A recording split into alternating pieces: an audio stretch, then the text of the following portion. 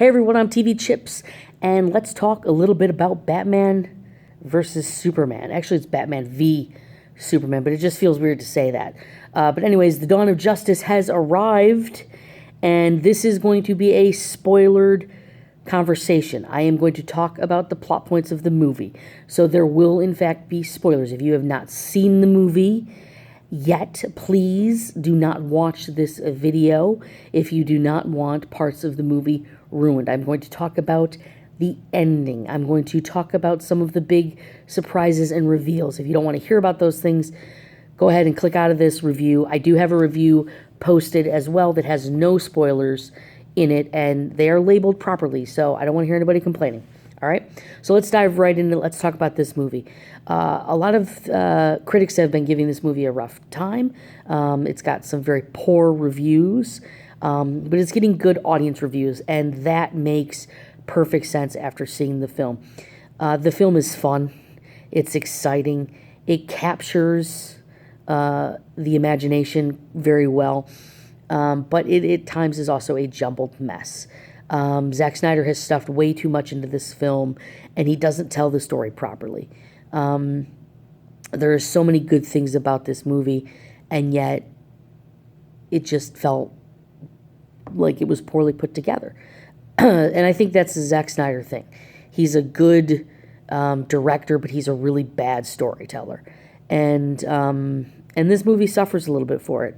And I feel like it won't affect the DC universe as a whole. I think Suicide Squad has an amazing director, and I think what they're doing with Wonder Woman will give people, some excitement, but they're going to have to be very careful with how they approach the first Justice League movie, especially with Zack Snyder returning to direct that. I think there's a lot to like about this movie, but there's a lot to dislike about this movie. So I get the critics' reviews, I really do. I think sometimes they are a little unfair, and they don't get what this movie is. And let's talk about that for a second. So we already have this introduction to comic books through the Marvel Universe. But one thing the Marvel Universe, for me, is the Marvel Universe is really good movies, or real fun movies about comic book characters. They don't do a lot of movies that really capture the comic book spirit. I think Guardians of the Galaxy did that quite a bit, and I feel like the Civil War film that's coming out, the trailers to me seem like they have a very comic book vibe. There's a difference here. There's making a movie about a comic book character and making a comic book movie. One of the things that people gave Man of Steel a hard time about was some of its comic book type action, the destruction of the city, and this whole destruction porn argument. And it's a stupid argument. You have a character, you have a evil character who is trying to destroy everything. You cannot lead him out of the city to reduce the damage and destruction. If you think that that's a valid argument, then you're a moron. That doesn't make any sense. In this movie, they do lead the bad guy out of the city, but this is a different bad guy. This is a crazy destruction monster. This isn't a methodical, evil killing machine. This is a just crazy, powerful, smash everything and anything. So Superman is able to lead him kind of out of the city a bit, and they kind of make note of that. But that's something that you weren't going to have happen in the first movie. And if you've ever read a comic book, you will know that cities get destroyed pretty regularly. So this whole destruction porn thing, I immediately discount anybody who says that, because you don't get it. You're not understanding what comic books are about, and these are comic book movies. The action shows it. The sequences that Zack Snyder has put together are fantastic. The way he captures action and fighting makes me feel like I'm watching my favorite comics come to life. So that is one thing that Zack Snyder does very, very well. For all his flaws, the things that he does good, he does very, very well. Ben Affleck is an amazing Batman. He does such a good job. The torture, the anger, the fury, the rapport that he has with Jeremy Irons, who plays Alfred, is top notch. Those two, like I said, that they deserve their own movie. I hope that we get a movie with Batman, with Ben Affleck and Jeremy Irons.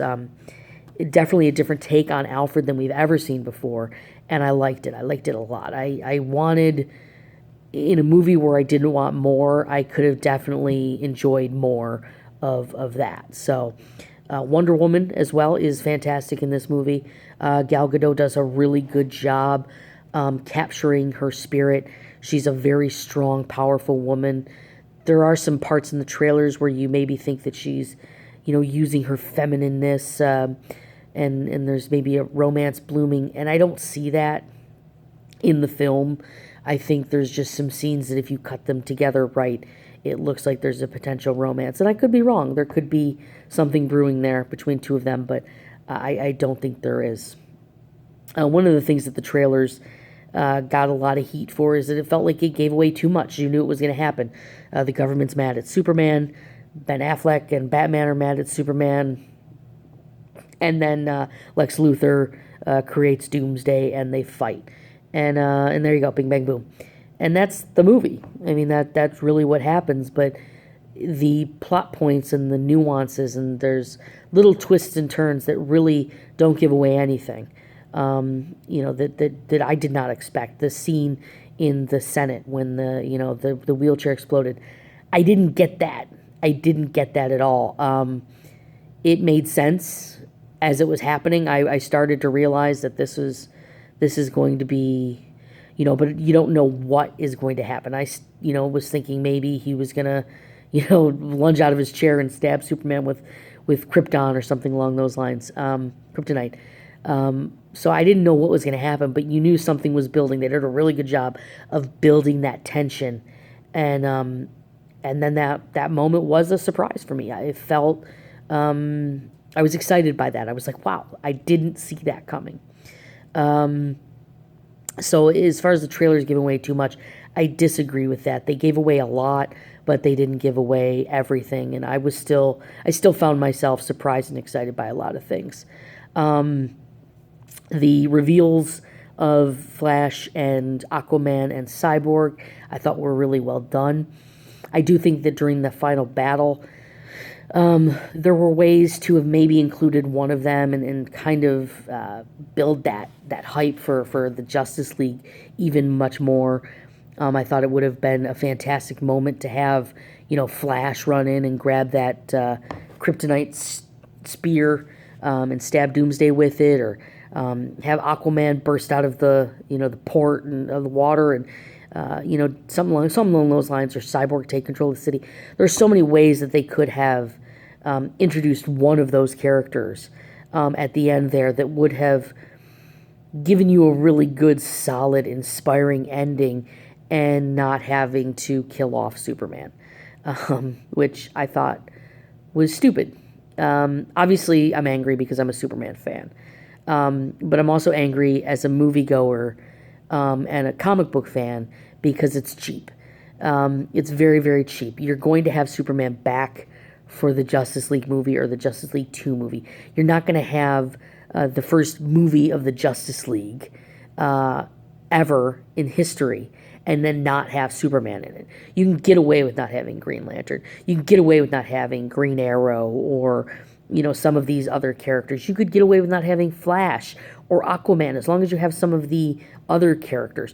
You cannot get away with having a Justice League movie and not having Superman in it. So clearly he is coming back to life.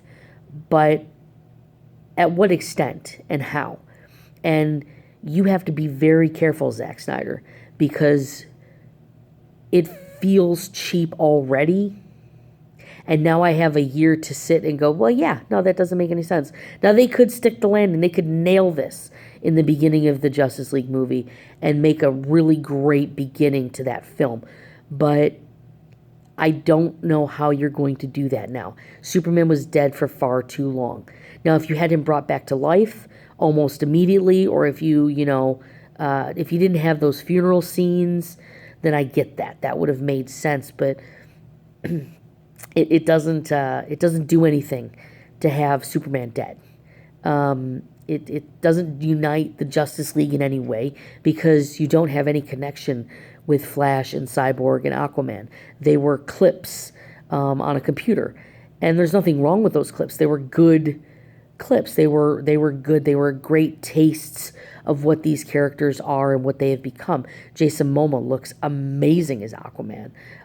Ezra Miller, we don't really see much of him outside of just him doing good, and we see a lot of the creation of Cyborg, but we don't actually get to see him or his powers. So I feel like they missed an opportunity there, and that was a little bit disappointing. As I've said before, it just felt like this could have been 2 movies. There was a lot jammed in there. But overall, I liked it. I thought it was a good movie. It's a good start to the DC comic universe. How does it compare to Marvel? I don't think it does. I think they're 2 very separate styles of movies. Like I said, I think the Marvel universe, for the most part, with a few exceptions, they make movies about comic book characters. The DC universe is making comic book movies, and there is a difference. And so I don't think it compares, on the same level as, say, the Avengers.